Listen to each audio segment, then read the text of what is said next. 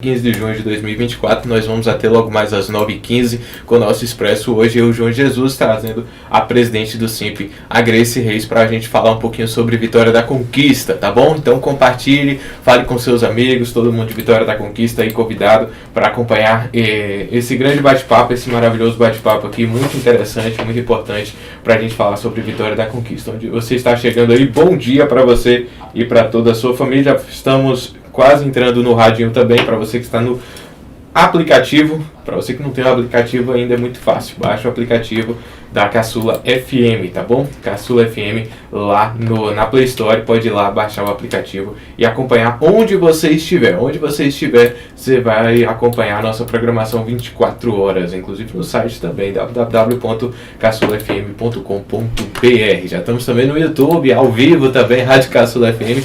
Olha o desenvolvimento da tecnologia, né? Estamos ao vivo em tudo, inclusive vendo que a minha blusa está muito feia, mas é isso mesmo, né? O frio, tá frio demais em Vitória da Conquista, né, Grace? Gente, olha, eu não tenho o que reclamar, pois é você que eu amo esse frio, então eu fico esperando todo esse período. Com certeza, a gente passa o ano todinho esperando chegar o mês de junho. O ano passado eu fiquei muito frustrada, porque ano passado nós não tivemos assim aquele friozinho característico de Conquista. Falei, São Pedro, você toma providência, porque ano que vem eu quero tirar meus casacos, meus cachecóis, meus moletons do guarda-roupa. E agora ele falou, agora vai. Agora vai, estou amando. Vamos começar a procurar aqui o aplicativo da Caçula. Não, esse aí não. 8 horas e 16 minutos, 8h16 ao vivo. Estamos iniciando mais um Expresso aqui pela sua Rádio Caçula FM na 87.9 da região de Batuque, no aplicativo da Caçula FM, também pelo site caçulafm.com.br, também pelas plataformas digitais, pelas redes sociais. Você acompanha onde você estiver, Caçula FM Oficial no Instagram, Rádio Caçula FM Oficial também no YouTube. Onde você estiver pode participar comigo, participe, entre em contato com a gente. O Expresso vai até logo mais às 9h15, 779-8810-1389. Neste sabadão, hoje é dia 15 de junho de 2024, nós vamos mais uma vez, assim como a semana passada, nós vamos discutir um pouquinho sobre Vitória da Conquista, nossa querida e amada cidade. Vamos falar um pouquinho sobre essa cidade. Para isso eu convidei a minha amiga, a presidente do Simp, Grace Reis, para falar um pouquinho comigo aqui. Bom dia, Grace, tudo bom contigo? Bom dia, João, bom dia a todos os ouvintes da Rádio Caçula. É um prazer enorme estar aqui com vocês hoje para esse bate-papo. Eu acredito que vai ser bem interessante. Muito interessante, né? Como você estava falando agora anteriormente, o frio está demais, né?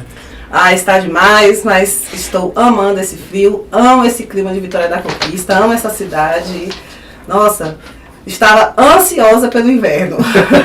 E ele chegou. 8 horas e 17 minutos, onde você estiver, pode participar comigo. Você tem alguma questão também? Você quer falar um pouquinho? A gente já está discutindo Vitória da Conquista na questão do frio, mas nós vamos discutir também diversos outros pontos aqui até as 9 horas e 15 minutos, tá bom? 9h15, a gente estará aqui no nosso Expresso para você. Pode participar, muito fácil, pode mandar mensagem 779-8810-1389. Você pode mandar mensagem aqui para mim também, que estarei disponível para te atender, tá bom? Até logo mais às 9h15, claro, você pode participar e também compartilhar, falar neste friozinho, a gente acordando já com muita informação, e a gente vai ter um bate-papo muito interessante aqui na Rádio Caçula FM, tá bom? Caçula FM 87.9, para você que está em toda a região de Batuque, também em Belo Campo, região ali de Corte-Lote, Poço Dantas, todo mundo acompanhando a nossa programação pelo radinho, e para você que está em qualquer local do Brasil acompanhando pelas plataformas digitais, pelo aplicativo, pelo site. Vamos falar sobre Vitória da Conquista, Grace. Vamos falar de diversos assuntos. Espero que o nosso bate-papo seja produtivo e que as pessoas que estejam ouvindo não só participem, como também se inteirem dentro desse bate-papo e veja, né, quais são as reais necessidades e quais são não só as reais necessidades, como também as sugestões para mudar, que esse que é o mais importante do nosso bate-papo de hoje, não é isso? É isso. Primeiramente, Grace, Vitória da Conquista é um município Sim. Eu posso quebrar um protocolo? Pode dizer. Porque assim, eu sou muito conhecida na rede, né, municipal de ensino, na categoria de professores, dos advogados, porque eu também sou advogada, Sim. mas a população de Conquista como todo talvez não me conheça. Eu gostaria de falar um pouco, Com né? certeza. Quem é Grace? Eu ia te chamar para falar isso, né? Primeiramente, Vitória da Conquista é um polo, mas que tem um sindicato, né? Que é muito atuante, o sindicato do SIMP. E nesse sindicato existe a presidente chamada Grace. Quem é Grace? Um pouquinho para Vitória da Conquista. Quem é Grace? Quem é Grace? Essa mulher, né? Que chegou aí à presidência de um sindicato, à frente de uma classe, né, de professores, e está aí fazendo inúmeras fiscalizações, denúncias, nessa luta pela valorização profissional do professor municipal. O professor é uma categoria que realmente precisa ser olhada com muita sensibilidade, é uma categoria importante, é uma classe importante, contribui muito para a nossa sociedade. E nós estamos à frente dessa luta por valorização profissional, na luta pela educação. E de onde vem, então, essa vontade de lutar, essa vontade de ver mudança na educação? Vem da minha história pessoal.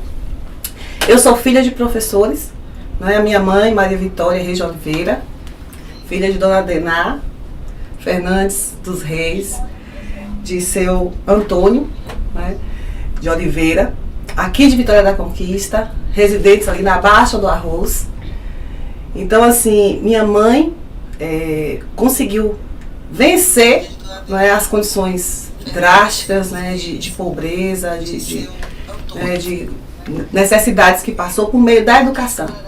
Né? A única dos seus 15 irmãos que se formou professora, passou por uma universidade. Então, minha mãe é também uma inspiração para mim, né? Venceu barreiras e conseguiu chegar à universidade, né? Saindo ali do campo, ali da Baixa do Arroz. E, inspirada nela, também seguiu os mesmos passos, né? Buscando a educação, buscando na educação uma forma de conseguir, né, ter dignidade de vida. Né? E hoje também luto que essa dignidade chegue a outras pessoas, a mais pessoas. Então, sou filha de Maria Vitória de Oliveira, filha de Eumário Leôncio Ferreira, de Boa Nova, também, né, sempre trabalhando na área da educação, hoje são aposentados, mas sempre trabalharam na área da educação. Tenho tias professoras também. Então, a educação sempre me circundou. Estive sempre imersa nesse meio, né, educacional, com professores atuantes. Então, isso me inspirou. Eu busquei o magistério muito cedo, comecei a lecionar com 17 anos. Sou aqui natural de Vitória da Conquista, mas vivi até os 17 anos em Boa Nova. Lá comecei a trabalhar, estagiando, né, na educação, na educação infantil. E depois vim para a Conquista fazer cursinho, fazer vestibular. Fiz vestibular para pedagogia na Universidade Estadual da Bahia, na Universidade do Sudoeste da Bahia, UESB. Na UESB. E ingressei no curso de pedagogia, né? Me formei e aí segui uma trajetória acadêmica, né? Fiz pós-graduação, depois fiz um mestrado. E na sequência, quando estava me preparando para ir para o doutorado, um sonho antigo, não é, que era fazer direito, bateu forte, né? E aí eu voltei para fazer direito. Não fiz direito logo de início por conta das condições mesmo. Meus pais não tinham condição de pagar um cursinho bom. Na época não tinha nenhum programa social para o ingresso, como o Enem, por exemplo, para facilitar o ingresso, né, das pessoas que são, dos estudantes que vêm da escola pública, né, conseguir acessar o quanto é importante essas políticas sociais. Sim. De inclusão. Né, de inclusão dos jovens que vêm da escola pública, inclusão dos jovens, né, negros, né, as políticas afirmativas. No meu período ainda não tínhamos, então eu fui para o vestibular mesmo. Né. Como meus pais não tinham condição de bancar um cursinho, né, mais caro, eu fiz um cursinho filantrópico que também foi o cursinho que hoje é o Dandara dos Palmares. Na época era a PN, né, que era um cursinho que há muito tempo a protagonista Beta, né, sempre esteve à frente desse cursinho, que era pastoral, por meio da Pastoral do Negro. Fiz aquele cursinho e consegui ingressar na universidade. Sou muito grata a todas as pessoas que me apoiaram ao cursinho, né? Dom Climério, na época o cursinho Dom Climério, que foi um cursinho que me abraçou, que me deu a oportunidade para poder conseguir, né, fortalecer ali os estudos, os conhecimentos para poder ingressar na universidade pública, uma vez que meus pais não tinham condição nenhuma de pagar um cursinho e muito menos uma universidade particular. Então, fiquei ainda 3 anos morando em Boa Nova e estudando em Vitória da Conquista. Nesse trajeto, todos os dias, pegando as indo e vindo. Inicialmente, a gente pegava qualquer carro na cidade. Sim. O prefeito da época fez a promessa que se pelo menos 2 pessoas de Boa Nova passassem, ele garantia um transporte até Poções. E Poções a gente pegaria um ônibus de lá para aqui. E, coincidentemente, passamos 2 de Boa Nova e ele garantiu esse transporte de Boa Nova até Poções. Então, passei um bom tempo. Chegava em casa 1h da manhã e no outro dia cedo estava no da patente, trabalhando. Então, sempre foi assim, com muita luta que eu consegui, né, as coisas na minha vida. Mas sou muito grata, né, até onde cheguei, porque nunca desisti. Sempre tive persistência nos meus objetivos, naquilo que eu traçava. E sempre tive persistência no que eu tracei na minha vida por conquistar. Fui, busquei e depois vi para a Vitória da Conquista, fiz o concurso, né, o concurso municipal, de professor municipal, passei nesse concurso, ingressei na rede, no ensino público, né, como professora, onde estou até hoje. E quando vi que era uma oportunidade de resgatar aquele sonho antigo do curso de Direito, aí fui fazer Direito. Fiz Direito na FAINOR, né, também com muito sacrifício, trabalhando 40 horas e estudando. É um curso bem denso, né, de estudo. Estudando à noite, trabalhando durante o dia, estudando à noite. É um curso bem denso, né, de muito conteúdo, de muito estudo. Você mas já morava em Conquista? Já morava em Conquista, facilitou. Então, assim, o fato de morar em Conquista. Então, fiz Direito, hoje sou advogada e sou professora, né, militante aí da educação e da causa dos professores. Então, sou muito grata à minha família, sou muito grata aos meus pais, que sempre me inspiraram, né, estar dentro da educação, tentando fazer o melhor, tentando dar o melhor. E isso eu sempre tenho feito. É um compromisso que eu tenho. Porque, como você disse, né, naquele período da sua família, tudo era mais difícil para estudar. Tudo era mais difícil. E hoje existe a facilidade, mas ainda assim não existe o acesso a todas as pessoas. E então precisa-se de muita luta ainda para que essas políticas públicas, porque elas existem, mas elas não chegam a todas as pessoas ainda. Então, quanto mais existe pessoas na linha de frente buscando melhorias para que essas políticas públicas cheguem a mais pessoas, quanto mais essas pessoas estão na linha de frente, maior a chance de chegar a um denominador maior, que é chegar a política pública para todas as pessoas, para que diversas outras pessoas que hoje se ingressam nessa carreira educacional, que é muito complicada também, não sofram como você e outras pessoas anteriormente sofreram. Exatamente, exatamente. É preciso ainda lutar, não é, para que essas políticas cheguem ao maior número de pessoas, né? Não basta ter só a política pública, não basta ter só o arcabouço legal. Isso. É preciso que ela seja efetivada. E isso precisa de ação, precisa de promover, né, que essa política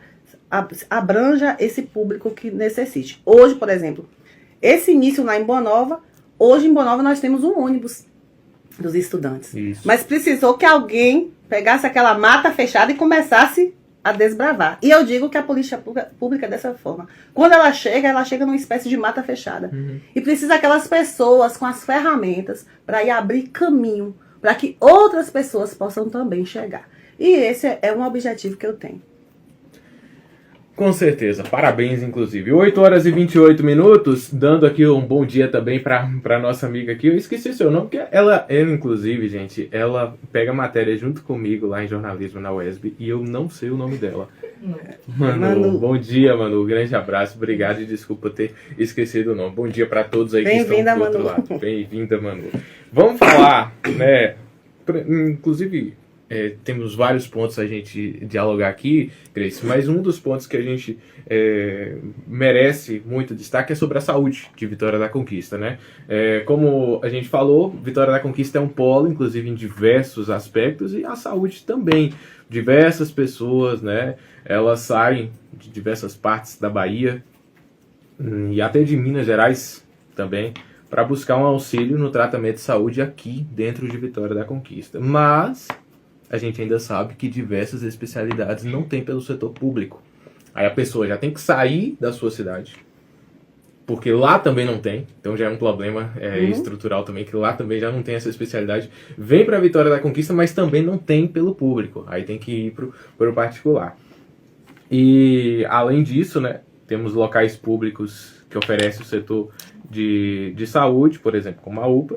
Na maioria das vezes, né, muita gente sempre questiona sobre a questão, não só da UPA, como diversos outros, mas eu falo da UPA porque muitas pessoas questionam o superlotamento, que consequentemente demora o atendimento também, né, das pessoas. E aí, o que é que nós podemos falar sobre Vitória da Conquista? O que é que ainda precisa melhorar em Vitória da Conquista na relação de saúde, Grace? Então, nós sabemos que o SUS, né, que é o Sistema Único de Saúde, ele é operado pelo poder público e ele tem uma divisão de responsabilidades, né? Ele é composto, né, pelo governo federal, governo estadual e governo municipal. Cada ente tem uma responsabilidade dentro do Sistema Único de Saúde.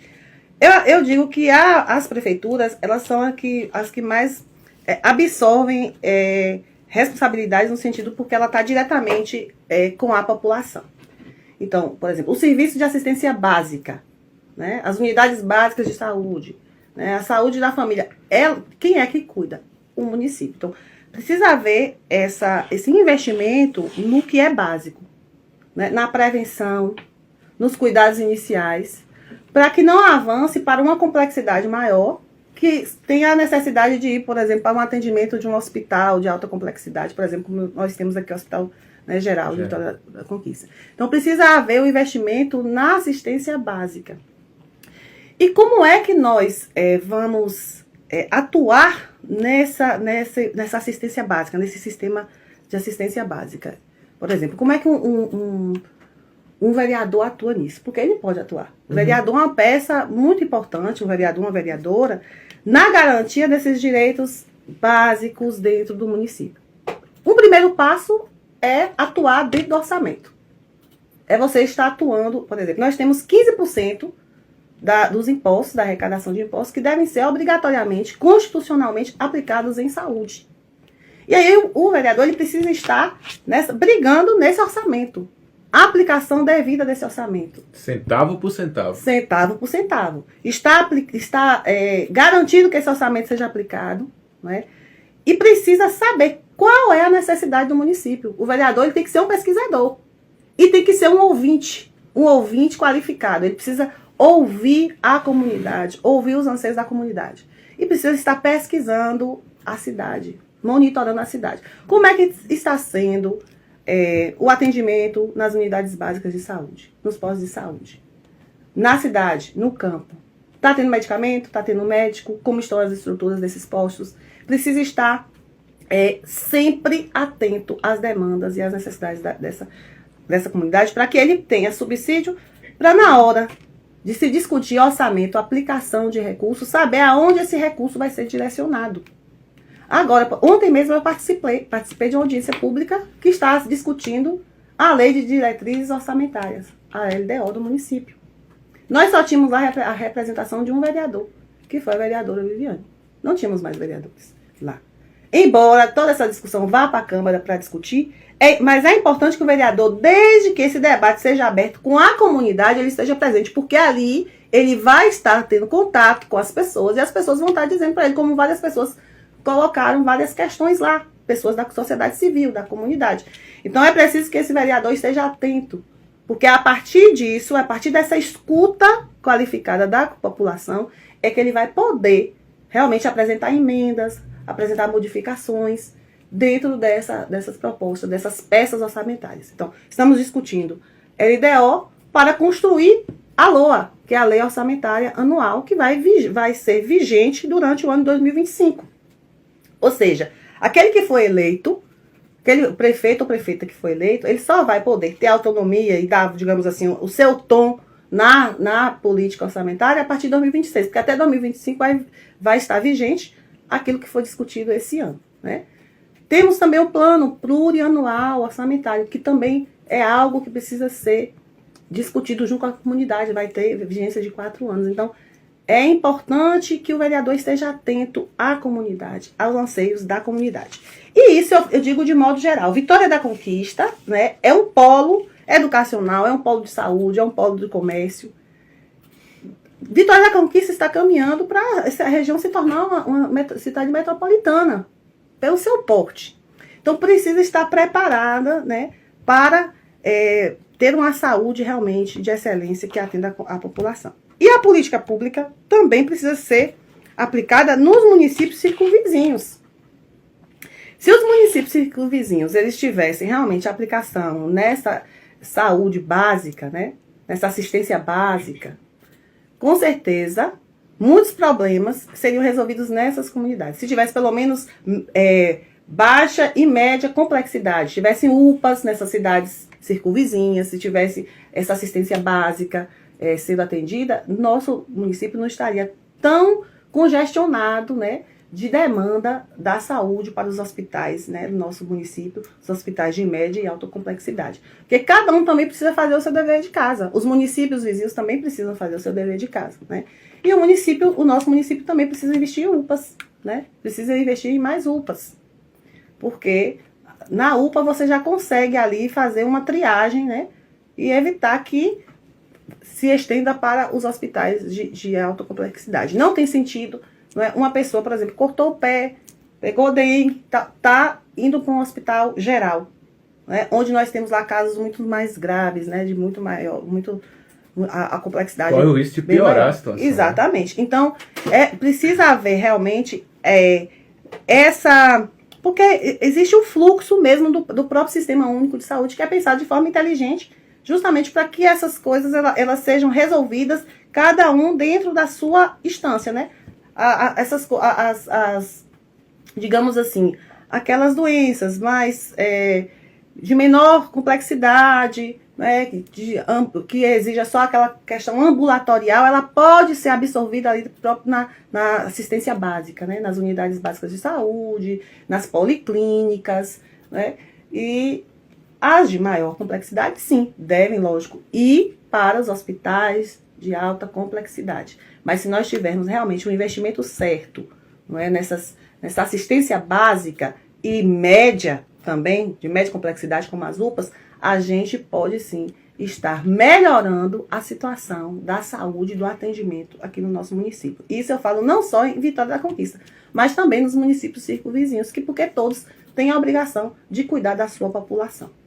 E aí, quando a gente fala agora sobre a questão da educação, Vitória da Conquista é um polo educacional, onde muitas pessoas também saem de diversas partes da nossa região para estudar, principalmente o ensino superior aqui. E aí, uma coisa que eu sempre coloco, né? Essas pessoas, elas passam a vir estudar, porque uma coisa de saúde muitas vezes você vem hoje e amanhã você já está voltando para a sua cidade.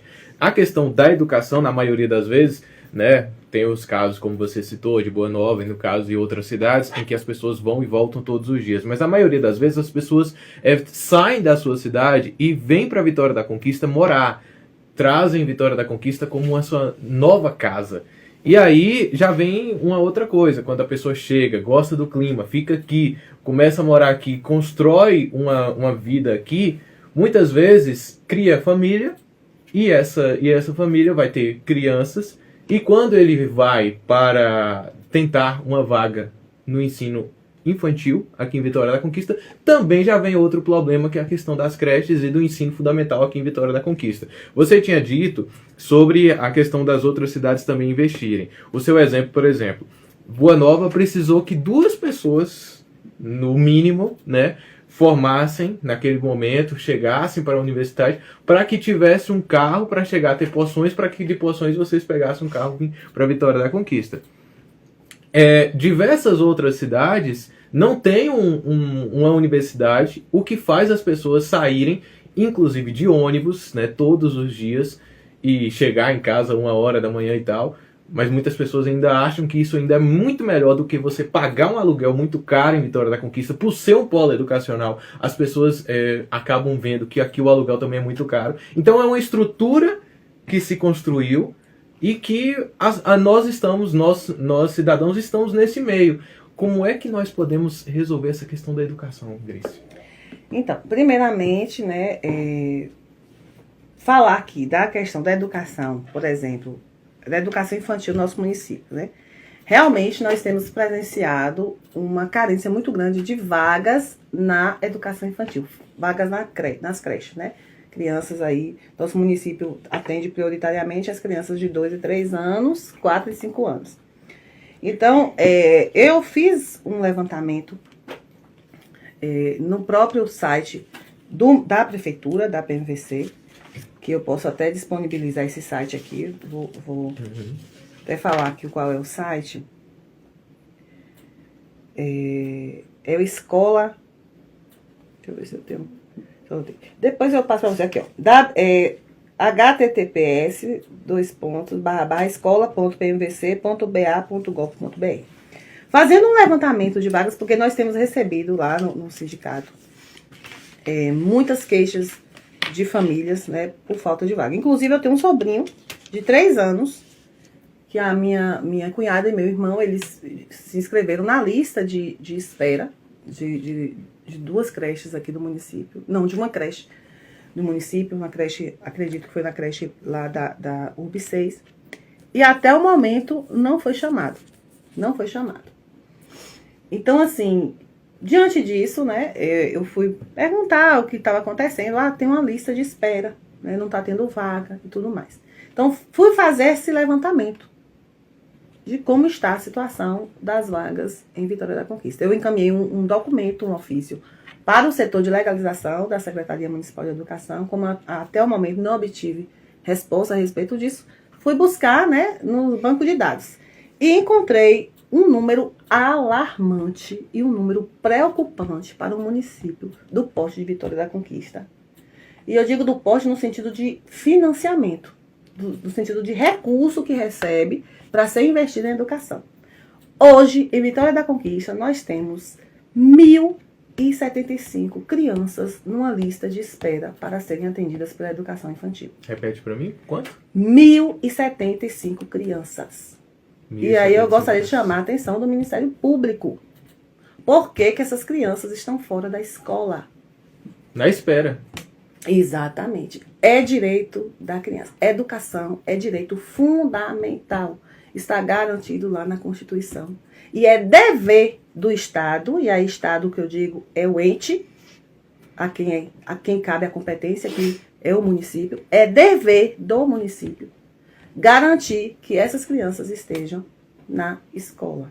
Então são mais de 1.000 mães que estão com seus filhos fora da escola. Fora da escola. Então, é um quadro alarmante. Tem creche, tem instituição, Centro Municipal de Educação Infantil, que tem 120 crianças na lista de espera. Eu estou aqui com a lista, posso até deixar com a Rádio Caçula para depois estar, né? Tem aqui, ó, todas as escolas que estão. O CEMEI, que a gente chama CEMEI, que é o Centro Municipal de Educação Infantil, Eleusa Figueira Câmara, tem uma lista de espera de 120 crianças. Gente, vocês têm noção do que é isso? São 120 crianças que está sendo negado o direito de acesso à educação, de acesso à escola. Por falta de vaga. Por falta de vaga. Tem 120 famílias, 120 mães que estão tendo que se virar, dar o seu jeito, porque o poder público não chegou para cumprir com a sua obrigação.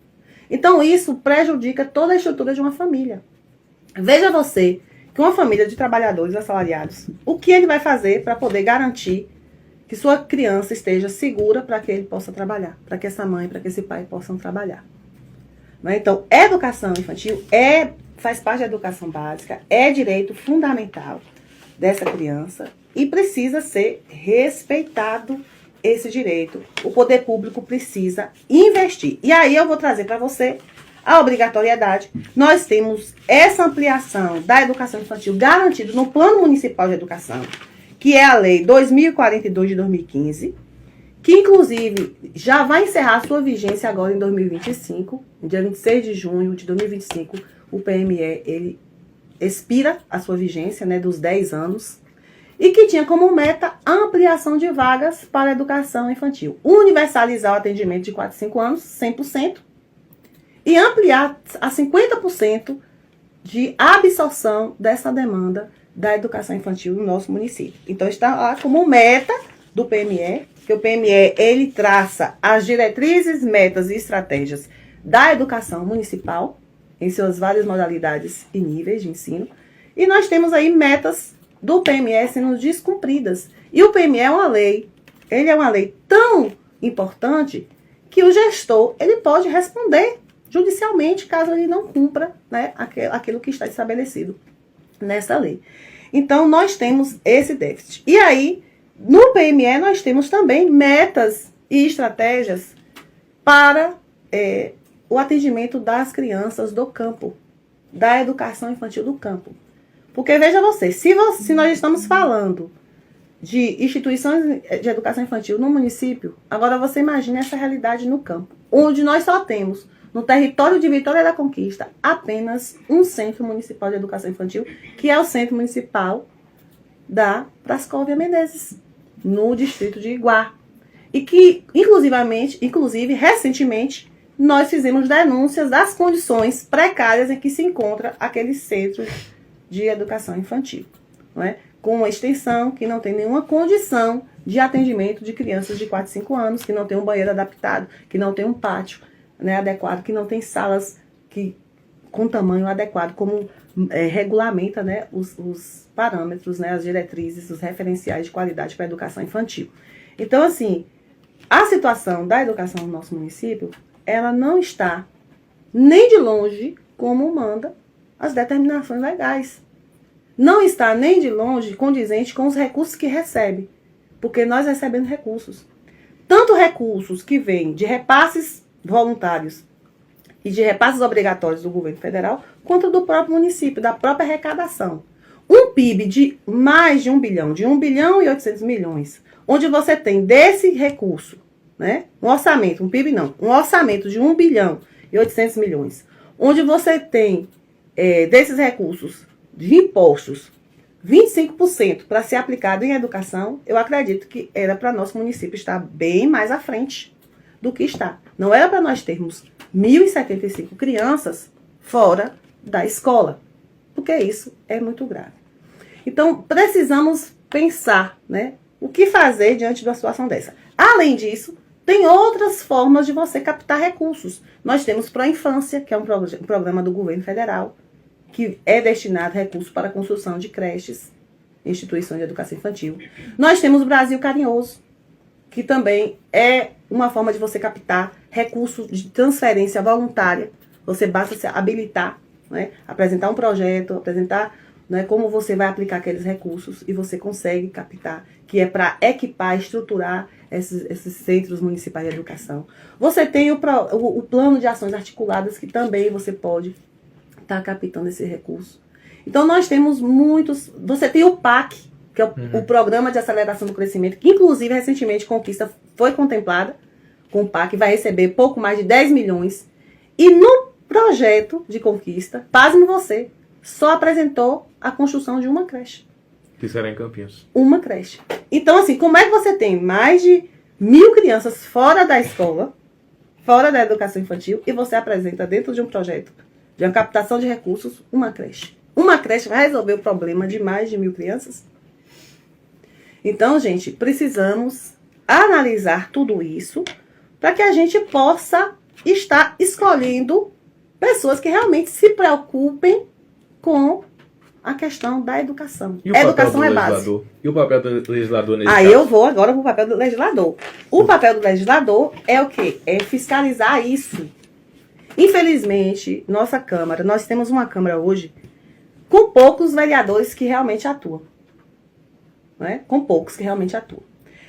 O sindicato tem ido para a Câmara Municipal fazer denúncias de descumprimento do plano de carreira, denúncia de descumprimento do piso nacional do magistério, denúncia de descumprimento das questões pertinentes à educação, sucateamento de escolas depredadas, escolas que estão sem nenhum tipo de estrutura, né, digna para se trabalhar e nem para receber crianças. Mas nós, muitas vezes, estamos sendo hostilizadas dentro da Câmara de Vereadores. Ou seja, além de não fazer o papel de fiscalizar, de brigar por orçamento, porque o sindicato estava lá na reunião do orçamento. E aonde estavam os vereadores de Vitória da Conquista? Que é no orçamento que você tem que brigar para que o primeiro seja destinado, porque o ano passado foi retirado do orçamento 72 milhões da educação, com a aprovação dos vereadores. Inclusive, o presidente da Câmara fez uma espécie de manobra para não deixar que a emenda de dois vereadores, o vereador Vinícius, o delegado Vinícius e o vereador Valdemir, estavam propondo emenda para que não fosse retirado, para que fosse retornado aquele recurso. E houve esse tipo de manobra dentro da Câmara para que não pudesse nem votar, nem apresentar essa emenda, nem ser votada. Então, assim, precisamos ter representantes que realmente estejam interessados no bem-estar da população, estejam interessados que a saúde melhore, estejam interessados que a educação melhore, que avance, que tenhamos escolas para todos, creche para todos. Não é? Então, o vereador ele pode, sim, trabalhar no orçamento, ele pode trabalhar na fiscalização, ele pode denunciar. Um caso desse mesmo que é de denúncia do Ministério Público. E onde estão os vereadores? Que não estão... Porque isso aqui está tudo público, é dado público. É só você acessar que você tem esses dados. E por que não estão fiscalizando? Porque um dos papéis do vereador é fiscalizar os atos do executivo. É fiscalizar onde o recurso está sendo aplicado, se está sendo aplicado da forma devida. Porque também tem isso. Nós temos aí notícia de uma creche no bairro Panorama que foi construída, a creche não funcionou 2 meses. Teve que ser evacuada. Por quê? Porque não tinha condições, uma creche nova. Precisa também haver fiscalização de como esse recurso está sendo aplicado. Certo? Tem agora a construção da escola, né, que o governo está fazendo uma propaganda muito grande da escola Antônia Cavalcante. Mas eu gostaria de dizer que a escola Antônia Cavalcante tem um histórico de luta da comunidade para a construção. E que a construção da escola Antônia Cavalcante só chegou depois que o telhado caiu. E sorte! Eu digo sorte não, eu digo providência divina que não caiu num dia de aula. Caiu no final de semana. Porque se cai no dia de aula, poderíamos ter uma tragédia nunca vista em Conquista. Não é? Então, assim, até com vítimas fatais, quem sabe? Então, só depois que o telhado caiu, foi tomar providência para construir uma escola ali. Mas aquilo ali já era fruto de luta de muitos anos. Eu conheço uma pessoa da comunidade, que é a professora Lucinéia Gomes, que já vinha lutando junto com a comunidade há muito tempo pela construção de uma escola. Mas só tomou providência depois que a escola caiu. Então, essa é a realidade do nosso município. Como a escola Antônia Cavalcante, nós temos muitas em que os professores, diretores de comunidade vivem lutando, pedindo para uma reforma, pedindo para uma ampliação, pedindo pela construção de uma outra escola, e que não acontece. Isso tanto na cidade quanto na zona rural. Né? Recentemente nós tivemos outro caso também na Lagoa de Clemência, Maria Clemência, e os meninos estavam num galpão improvisado com aquele telhado de amianto, um calor insuportável que as crianças não conseguiam nem aprender direito, e nem o professor trabalhar direito. Isso não é dignidade, gente. Outros que andavam 6 quilômetros até chegar para pegar o ônibus para ir para a escola. Então, precisamos investir em educação de fato. De fato. Não fazer o trabalho de qualquer forma, porque nós estamos lidando com vidas humanas, com pessoas, com famílias, né, com o futuro da nossa cidade, que são as crianças. Elas, sim, é o amanhã. As crianças são o amanhã. Os jovens é o amanhã. Então, precisamos dar uma educação de qualidade, dignidade, inclusive para que elas saibam que elas merecem, que elas têm direito a ter uma educação pública de qualidade e universalizada. Não, fora da escola não é o lugar que a criança deve estar. A criança deve estar dentro da escola, aprendendo, tendo uma educação de qualidade, tendo profissionais bem remunerados, bem qualificados, né, fazendo o seu papel ali com excelência. E é isso que nós lutamos, e é isso que um vereador ele precisa lutar. É por isso. Com certeza. 8 horas e 53 minutos, ainda falando sobre a questão das creches, né? Porque recentemente eu fiz um trabalho sobre as creches lá na UESB, inclusive entrevistei a Grace, sobre a questão do panorama, né? Nós fomos lá para analisar como é que era. Existe o CEMEI professora Edna, né? Uhum. Lá, e no caso os pais naquela região ali do panorama reclamam muito porque não puderam colocar os seus filhos para estudar, e está no momento, né, agora em um local alugado dentro do bairro, né? Um local alugado, e o local da creche mesmo, que poderia inclusive ter mais crianças sendo atendidas, não está sendo disponibilizado no momento. Então, essa grande quantidade de crianças que você citou, que está fora das creches, tem o caso do Panorama, pode ser por conta Pode estar disso aí. dentro também dessa situação. Com certeza. 8h54, inclusive avisando, é que depois do nosso programa tem Crésio, viu? Crésio, que participou aqui comigo na semana passada. Hoje ele vai fazer o programa dele. Vamos falar sobre a questão do Lar da Misericórdia. Então não desligue o seu radinho. Depois que terminar o nosso programa aqui, Crésio vai vir para falar com seus convidados sobre o Lar da Misericórdia. Ele citou na semana passada comigo sobre o Lar da Misericórdia e hoje ele vai falar um pouco sobre o lar e também a sua consequência de assistência social para a Vitória da Conquista, que é mais um projeto interessante que a gente sempre dá valor e dá espaço para essas pessoas também. Parabéns para a Clésia. Vou mandar abraço para os nossos parceiros, o Feijão Conquista, Atacado Feijão Conquista de Zal e também da Prooral Odontologia. Grace, agora nós vamos falar sobre segurança, né? Questão de segurança, né? Temos aí levar em conta que muitas vezes notícias de atos de violência, inclusive, estão ocorrendo muito em Vitória da Conquista, que é até combatido pelos setores, né, competentes. Mas cabe também aos setores públicos também uma ação na relação da segurança. Como melhorar a segurança no nosso município?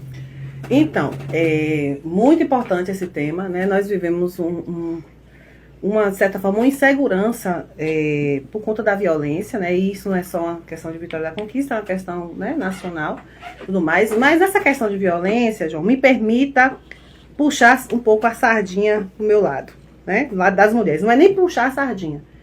É porque a situação de violência contra as mulheres... É porque a situação de violência contra as mulheres, ela é aos homens. E eu trago para vocês dados. Trago dados aqui do Instituto de Pesquisa Aplicada e Econômica, de Pesquisa Econômica Aplicada, que é o IPEA, sobre o Atlas da Violência. Em 2021, nós tivemos 3.858 mulheres que sofreram feminicídio. Isso no Brasil. Isso representa que 10 mulheres morrem por dia, vítimas de feminicídio. Então, eu trago aqui dados brutais com relação à violência contra as mulheres, né? Então, e isso é um cotidiano, isso faz parte do nosso cotidiano. Recentemente, em Vitória da Conquista, nós tivemos assassinatos de mulheres, né, feminicídio. Recentemente, nós tivemos uma médica que sofreu tentativa de feminicídio, foi noticiado em todos os blogs, né? O seu ex-companheiro tentou atropelá-la, atropelou ela e a mãe, né? Tentou assassiná-la, atropelou ela e a mãe. Então, precisamos fazer uma reflexão sobre essa questão da violência contra a mulher. No Atlas, né, nessa pesquisa Atlas da violência no Brasil, a violência, de modo geral, ela teve uma redução de ela teve uma redução nos seus percentuais, nos seus números, mas com relação às mulheres, ela teve um aumento. Quer dizer, no geral, houve uma redução da violência no país. Mas no que diz respeito às mulheres, houve um aumento de 0,3%. Então, precisamos discutir sobre política pública de combate à violência contra as mulheres. E a Bahia é a vencedora dos rankings de feminicídio. Então, precisamos refletir sobre isso. Então, assim, uma das propostas que eu trago com relação à violência contra as mulheres, primeiro, investir em pesquisa. Né? Investir em pesquisa, em dados concretos. Porque as políticas públicas, elas partem dos dados. Né? Elas partem dos dados para se tornar uma política. Porque precisa, a partir dos dados, você construir toda a estrutura da política, direcionar recursos e tudo mais. Por exemplo, até no registro de uma ocorrência, precisa haver ali o retrato, né? O recorte de gênero, de raça, de classe. Isso precisa haver. Nós não podemos fugir desse tripé, gênero, raça e classe, para análise de dados. Então precisa trazer esse recorte, porque se, por exemplo, a mulher chega numa delegacia, né, numa DEAN, já tem lá esse recorte, né, já tem lá, fica mais fácil você ter esses dados. Né, esses dados serem disponibilizados, não com o nome da mulher, não expondo o nome da mulher, mas expondo os dados das ocorrências daquele município. Porque aí a população também acompanha, né? A Câmara Legislativa também acompanha. E a política pública é direcionada para aquilo. É direcionada para aquilo. Então precisa haver essa forma, modificar um pouco essa estrutura de como esses dados eles são consolidados, eles são recebidos, eles são registrados e depois eles são publicizados. Nós precisamos trabalhar com isso e precisamos construir políticas públicas em cima de dados concretos. Né? Outra questão, além do aumento das DEANs, é preciso que elas também funcionem 24 horas. Para que tenha um atendimento 24 horas. As casas também de acolhimento. Então, tudo isso, nós precisamos construir redes de apoio para essa mulher. Né? Uma mulher que sofre violência, ela, muitas vezes, ela não sai daquela situação de violência porque lhe falta rede de apoio. Muitas vezes, ela não tem um trabalho, ela é sustentada por aquele parceiro, ela tem filhos. Tem toda uma questão que envolve. Então, construção de redes de apoio. E isso o vereador ele pode atuar dentro do orçamento. Você está entendendo? Para que o município construa mais redes de apoio nesse sentido. Né? Casas de acolhimento e tudo mais. E políticas públicas. Um outro ponto que eu considero que seja importante que pode atuar é pensar também na vigilância passiva dessa violência. Que a gente tem a vigilância ativa, né? Por meio de policiamento, por meio de toda a estrutura, né? De proteção. Mas também nós precisamos dessa vigilância passiva. E essa vigilância passiva seria o quê? A cidade. Pensar a cidade na perspectiva das mulheres, na perspectiva de gênero. Hoje nós já trabalhamos com o conceito de urbanismo feminista. E isso já é defendido, inclusive, dentro da ONU. É pensar a urbanização, né, planos urbanísticos na perspectiva de gênero. E como seria pensar isso? Né? Seria pensar essa cidade, uma cidade segura para as mulheres. Qual mulher, e eu pergunto aqui às ouvintes, qual mulher se sente segura sair depois das 21 horas, sozinha? Em qualquer local de Vitória da Conquista. Qual mulher se sente segura? Primeiro, que nós temos várias ruas mal iluminadas, temos ruas, becos, praças mal iluminadas, terrenos baldios com matagais, áreas verdes que não são bem cuidadas, não são iluminadas, não são amplas, não são abertas, que há pouca circulação de pessoas. Quantas vezes eu caminhando pela rua, vi que uma rua não tinha muito movimento, por ver, mesmo que o caminho era mais longe, mas não passei por aquela, por sensação de insegurança. Então nós mulheres vivemos sensação de insegurança. E isso é desigual com relação aos homens. Isso é cerceamento de liberdade. E nós precisamos, enquanto mulheres, estar atentos a isso, cobrando do poder público que sejam construídas políticas públicas, inclusive de urbanização, que atendam aos nossos anseios, que nos tragam seguranças. E isso não é fantasia. Nós já temos isso, esse plano dentro da ONU, nós já temos lugares em outros países, inclusive aqui no Brasil, que já pensam a urbanização na perspectiva de gênero. Como, por exemplo, eu vou dar um exemplo aqui de Viena. Por exemplo, fora do Brasil. Viena, por exemplo, uma arquiteta, ela construiu, né, um condomínio com mais de 300 unidades. Esse condomínio, essas construções, todas elas pensadas na perspectiva de gênero, né? De visualização dentro e fora, de espaço aberto, de iluminação.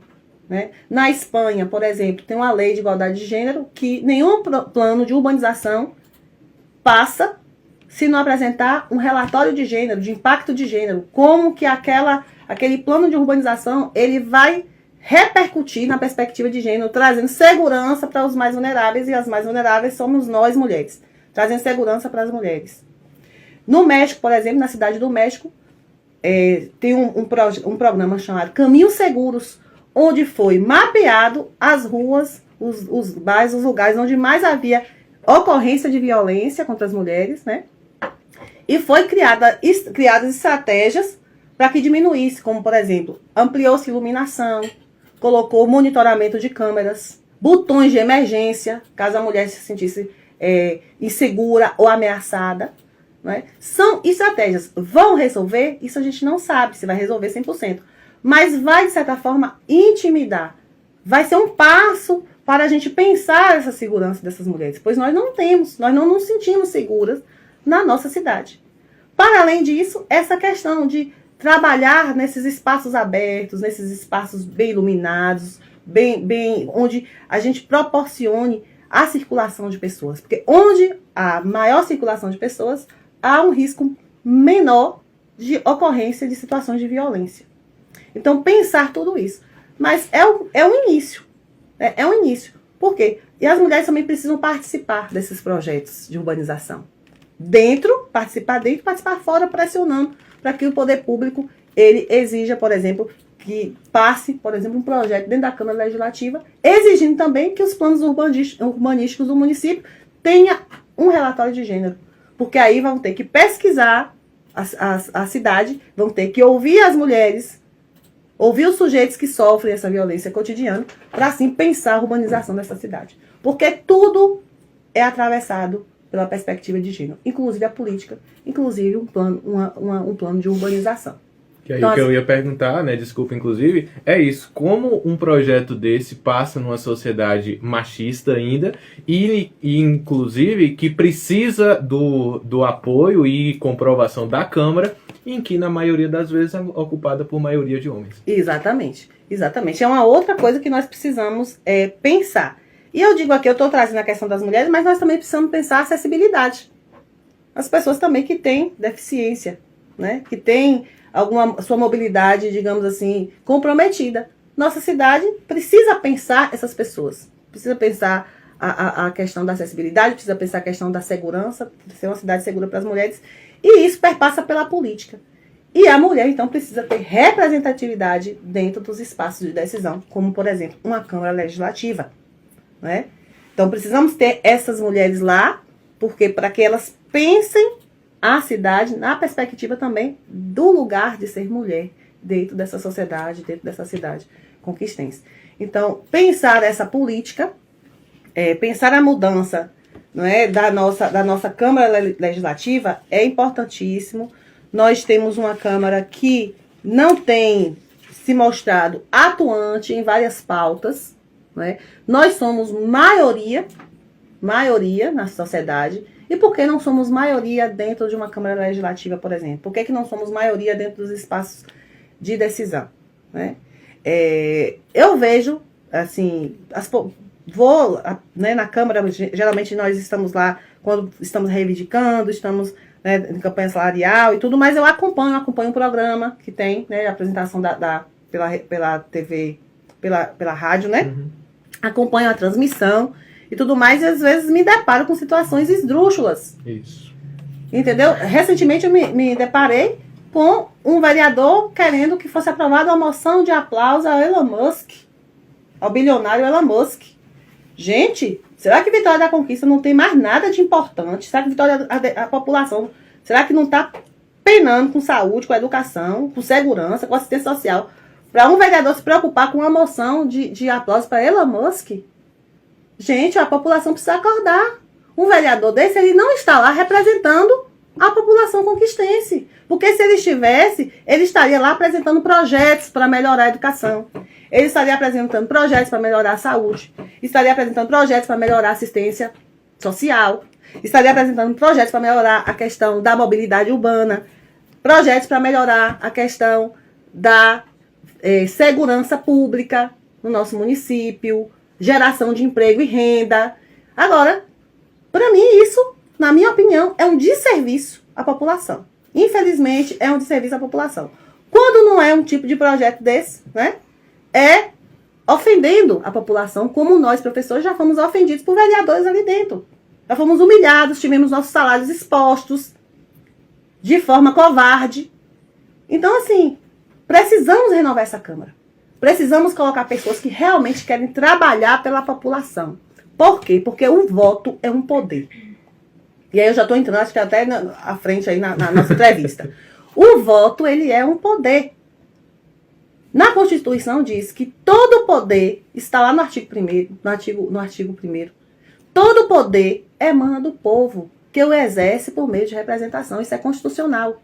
Então o voto é um poder. É um poder que a população delega a outrem. Quem são essas pessoas? Os vereadores, né? Um prefeito, um governador, um presidente, um senador. Agora, o compromisso acaba quando eu dou voto? Não. Inicia-se um compromisso, uma pactuação.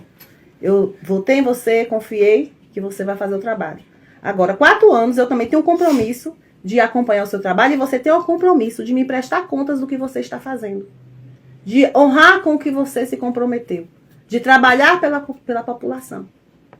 Então, é um poder. E as pessoas precisam entender esse poder.